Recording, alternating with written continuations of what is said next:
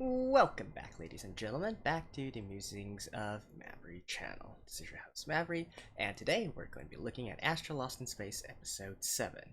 So, last episode, we finally got Ogre, Udugar, and Luca, I guess, fully integrated with the crew, right? At least for now. And we learned a little bit about their backstories, and we also learned that the big baddie is probably going to be Luca's father. Although like how far this whole goes, we still don't know yet, and it's still too early to tell because there's simply not enough information. Also, we left on a cliffhanger where it seems that in this episode we're going to learn more of Charce's past. The cook, the good-looking dude, the Ikemen, I believe it's called. Those handsome boys, if you will. And I made the comment saying that I don't think he's the actual traitor as well. And actually, a lot of you wanted to, a lot of you took me up on the challenge and said that you guys believe that he is the actual culprit. Someone even mentioned that it's also possible that the actual culprit has some regret and is now wanting to live instead of die, which is all very good points, I should add. The only reason why I don't think it's Charce right now is because, well, sort of metagaming it a little bit, because we still don't know the backstory to Zack, and we barely know any backstory to Aries as well, and so if there's going to be any reveal or any substantial progress to the plot, I think it's gonna happen only after we learn more about those two. That's why I don't think Charce is the culprit, if you will. Even if he does eventually turn out to be the culprit, it's definitely not going to come to light here, if that makes sense. But anyways, let's get into the episode right now and see what his story is. Alrighty, let's begin in 3, 2, 1, play.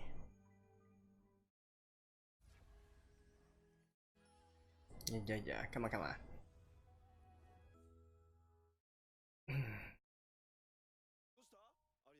Alright, no opening this episode, I guess. They're really trying to cram a lot of content in here.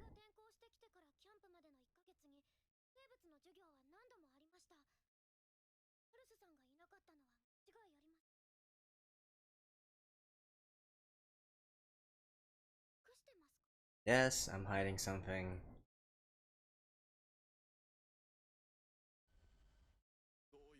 Past.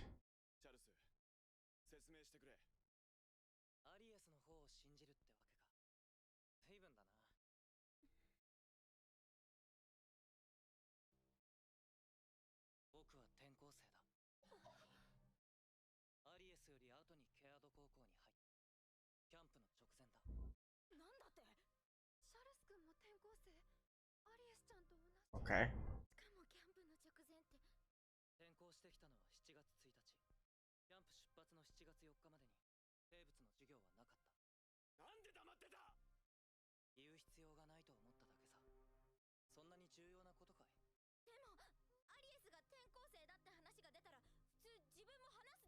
Well, some people don't like to talk about themselves.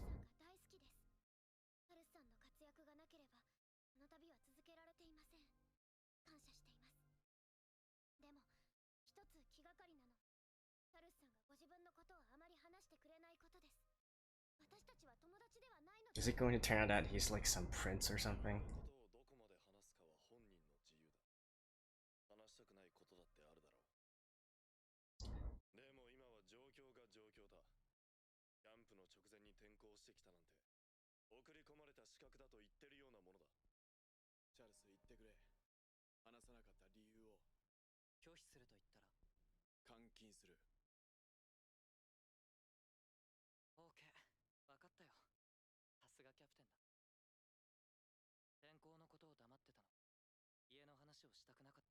I mean, he definitely has the air of a noble or something, which is why I said prince.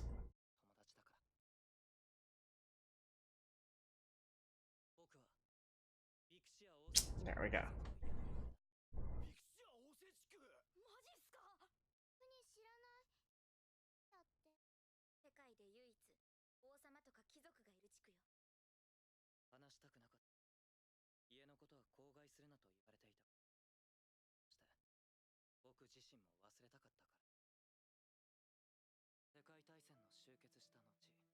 1963 80.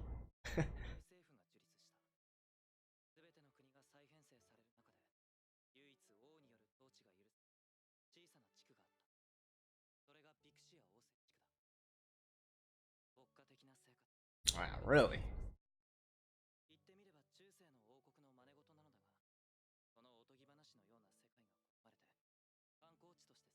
Wait, I kind of forgot already. They're not exactly living on Earth, right?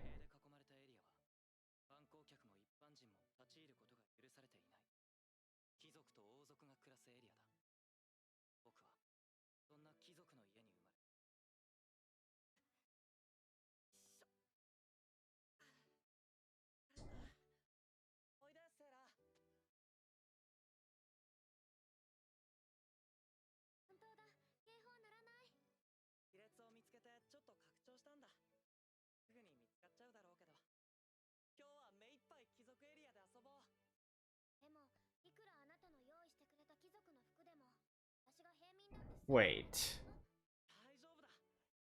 Doesn't that kind of sound and look like Aries?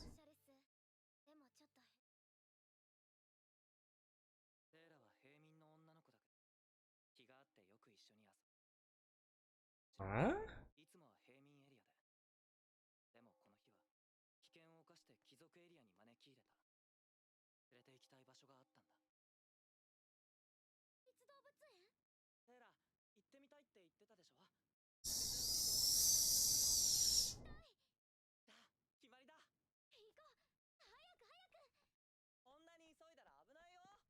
Oh.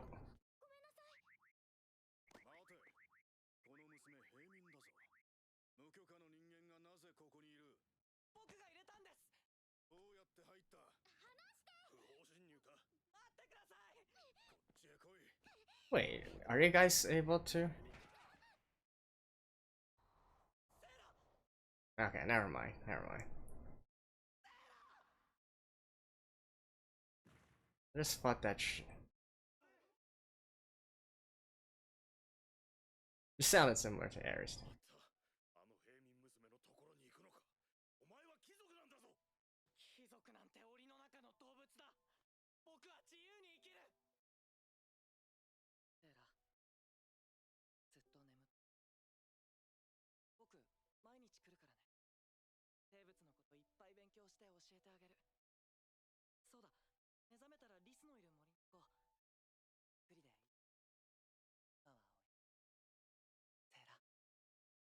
Wait.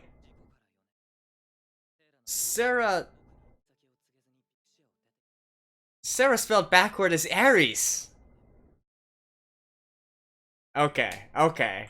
That can't just be a coincidence. Okay.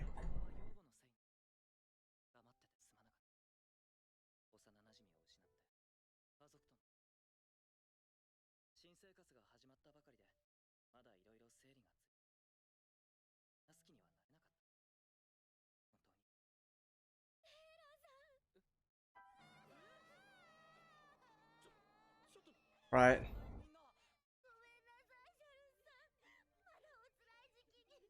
Wait, seriously. And considering that Charce, has an interest in Aries, I am getting like highly, highly suspicious of something.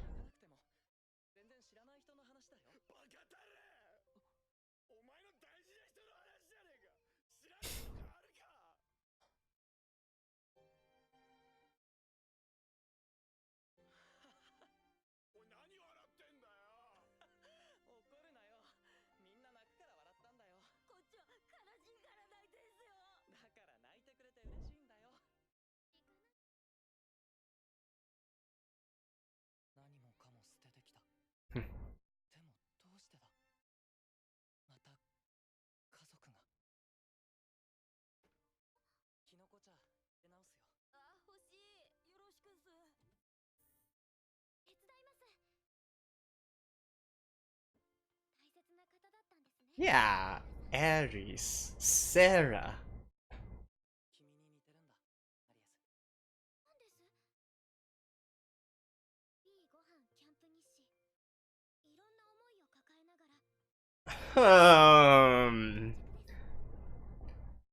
Intriguing.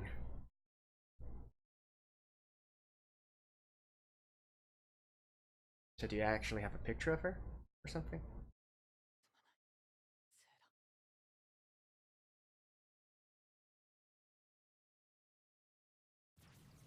Oh.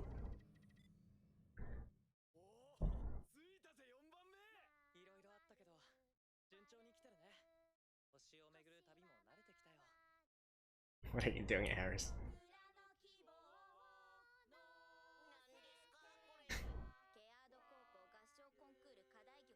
Oh.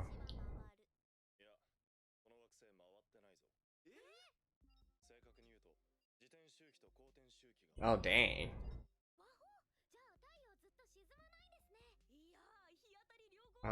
That makes that one part very hot, one part very cold. Yeah.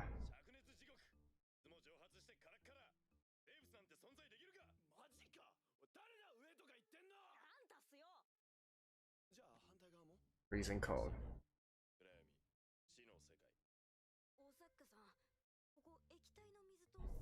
You might be able to get it somewhere on the, right on the, yeah, right on the edge there. Nice. Okay, interesting planet.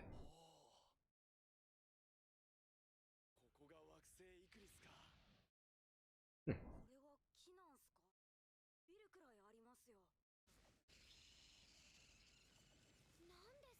Why do these, alien planets always have to have these oversized animals and plants and whatnot? It's actually really hard to support that kind of biomass.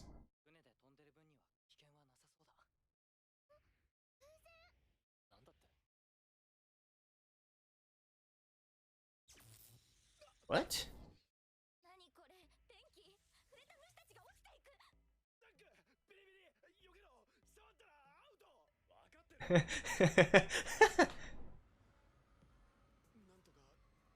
But we're another type of Kana. Alright, so here we have the actual Venus flytraps.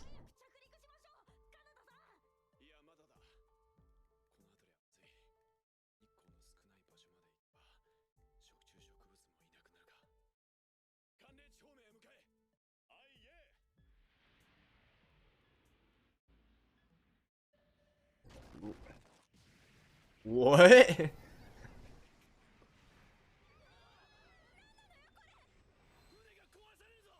Seriously?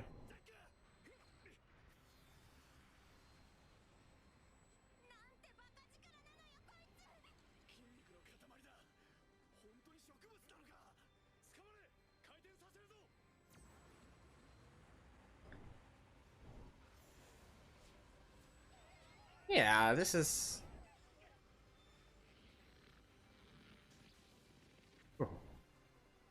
Alright.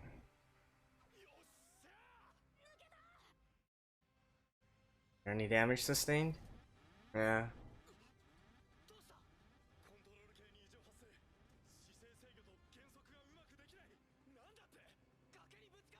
Crash landing? Okay, now things are getting interesting.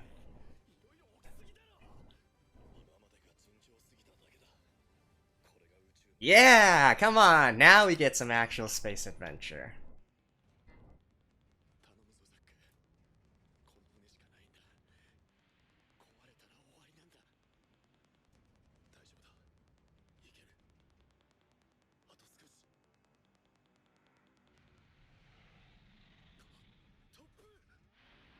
Ooh. Okay. They're gonna need some big repairs now. I'm quite surprised that the landing brake, the landing gear didn't break.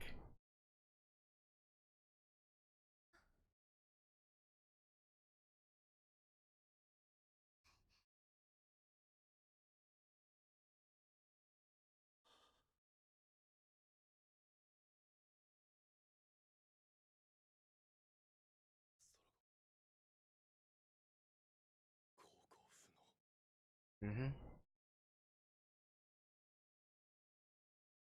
Can you repair it? You're the only engineer, right? No, that looks very...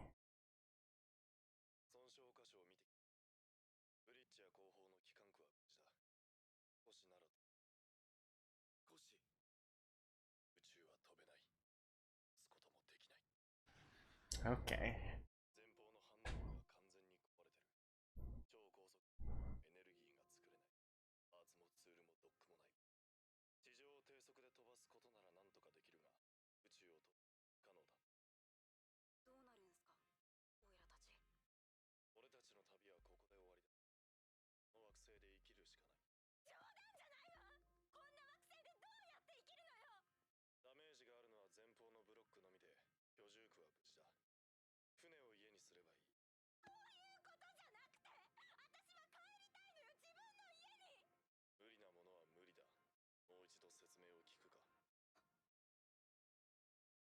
Can they breathe the air here?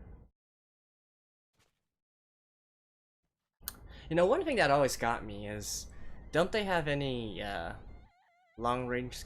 I believe I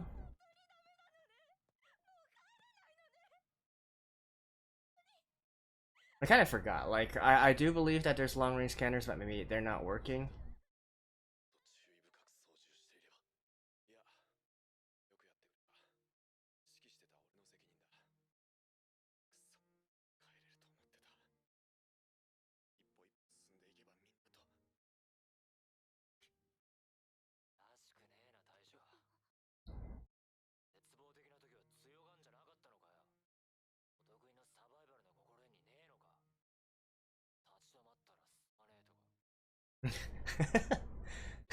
That is something that he would say.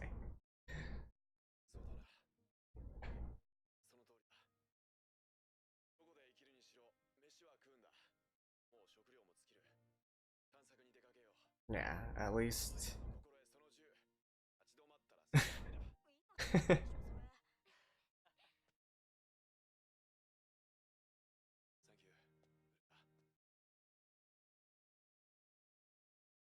Nice. Wow, snow. Boundary area.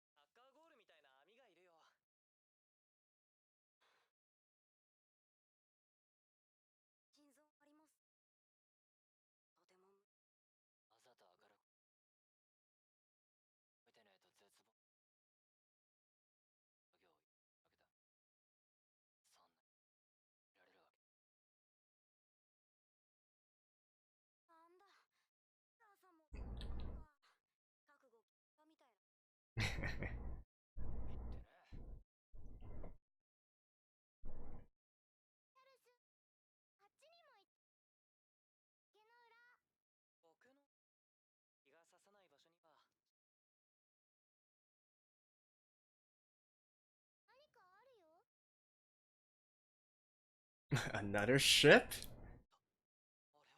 What?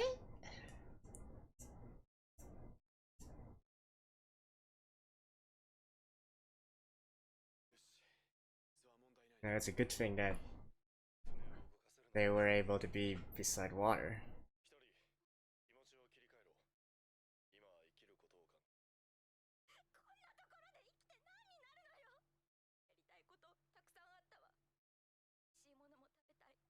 Come on, Kitari.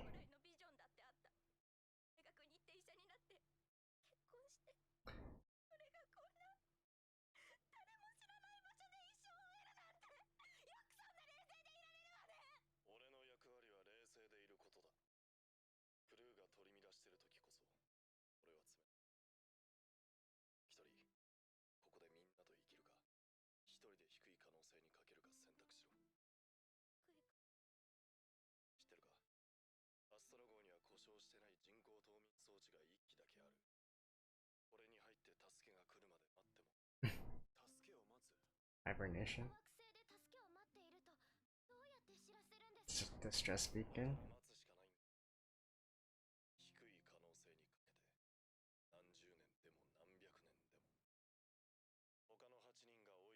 Wait, does that other ship have these hibernation chambers as well? Otherwise, it seems kind of fishy that this would be mentioned here right now.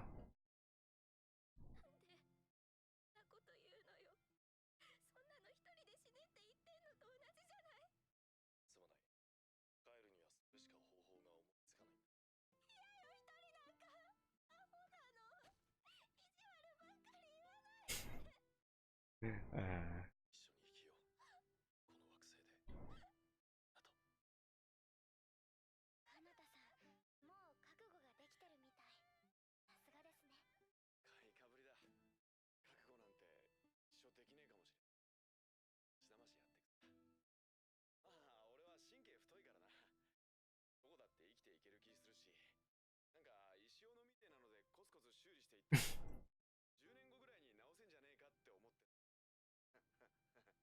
yeah.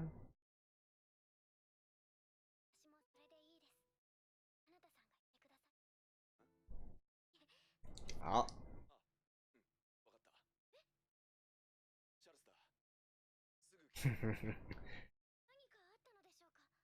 A ship.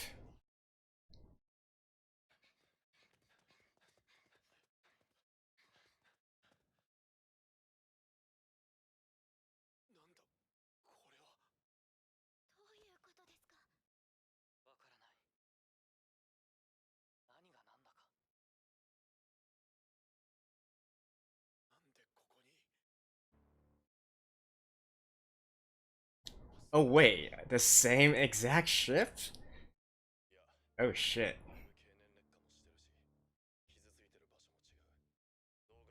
Yeah, same type. Huh. Urugar.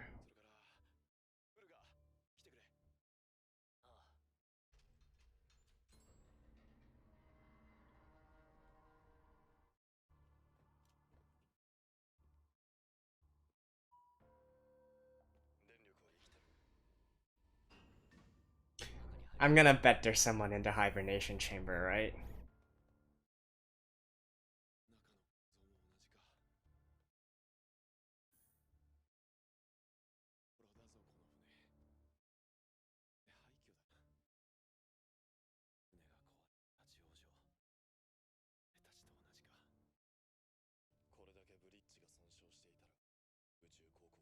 That you can strip the parts.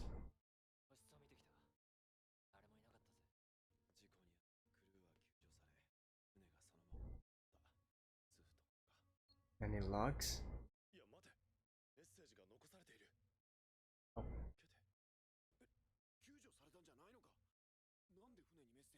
Hibernation chambers. Yeah. They wouldn't mention it specifically if they didn't have if there wasn't something to do with this. Oh man.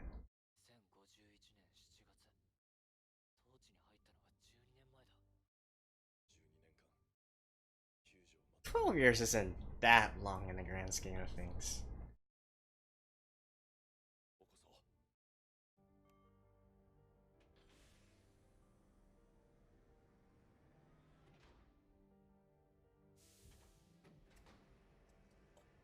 Who's it gonna be? Girl? Ooh, hello. Ah. Things are really getting interesting now. Nice. Okay, quite an interesting episode that we have here, and man, this series is just getting more and more interesting as time goes on. So, let's talk a little bit about Charce first, right? And his backstory, and of course, most importantly, Sarah. So yeah, as expected, I definitely didn't feel like we were going to get some kind of culprit or some kind of traitor or whatnot within the episode, for reasons I already explained at the very beginning. It seems to me, especially with the way that the with the opening and the way things are going, I still, if I had to bet money, I would bet on all of them being, good friends till the end, right? So yeah, and Charce being from nobility, I could absolutely see that his character is the exact archetype of this kind of nobility type of character. In fact, he reminds me a lot of the Prince August from a manga. I mean, a anime I did last season, Kenja no Mago. But anyways, so yeah, we got his backstory. Sarah, Aries. The instant that Sarah came into the anime, I was like, that sounds completely like Aries' voice actor. And if you add into the fact that Charce has always had some kind of affection for Aries, right? He's always specifically, giving her a little bit more care, if you will, which was pointed out by Kitori a few episodes ago. So I can definitely see this kind of connection, right? And even so, just by that, the voice, and also by their names, right? Because Sarah, backwards is literally Aries.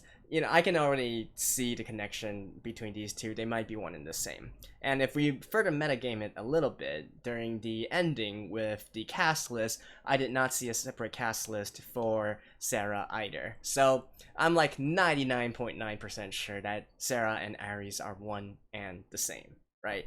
I think we can all kind of agree to that fact.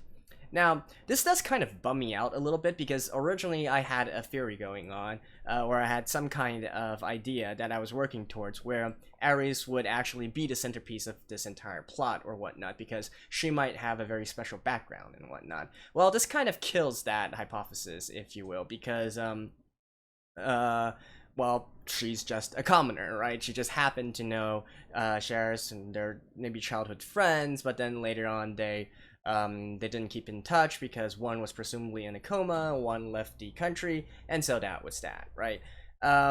So kind of sad that theory kind of died out, but yeah, let's see, right? Let's see. There has to be still some significance to this somehow. I highly doubt that this is just, her. I mean, okay, so even if it does turn out that these two are one and the same, right? Like, what difference does that actually make? It changes literally nothing, right? So yay, Charce found his long lost childhood friend. Whoop-de-doo, right? How is that going to affect the rest of the story? So I don't know. I still feel like there might be some hope where Ares' past might play a little bit more in the grand scheme of things, right? So that is that put aside. Let's talk a little bit about the space adventure going on for this episode, because man, I sure do miss some good old space adventure. The planet that they're on, it's actually quite interesting, right? So being in perfect orbit around a stellar body, there is an actual term for that, which is being tidally locked, right? And I was kind of glad that they used this kind of concept, because it is a concept that exists in real life as well. Probably the best known example is our own moon, which is sort of similar. You can all, I think it's like 99.9% tidally locked, but sometimes having some fluctuations or whatnot.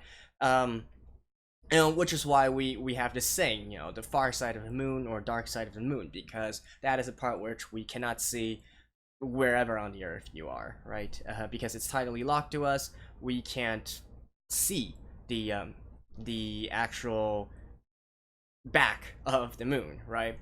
So that's, and there's a lot of satellites or moons within our solar system that does the same thing with their respective planets as well. On the, I guess, galactic scale, or should I say galactic scale?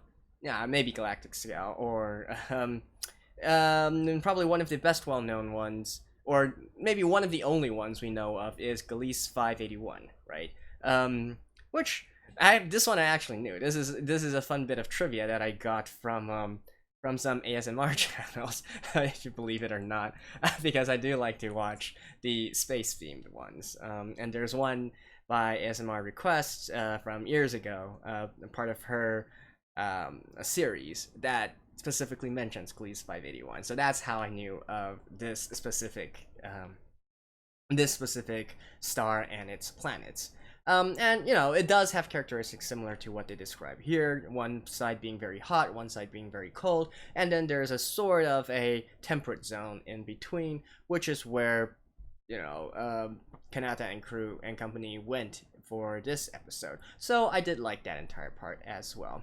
Now the actual, you know, the actual situation that they got themselves into, man, I don't know, what is it with sci-fi offers and always trying to put something huge and massive, some kind of monster kind of being as the monster that foils them, right?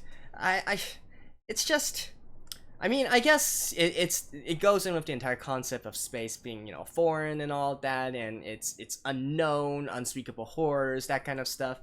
It's just that it's really hard to sustain life that is very huge, right? At least to the best that we understand life forms as it is today.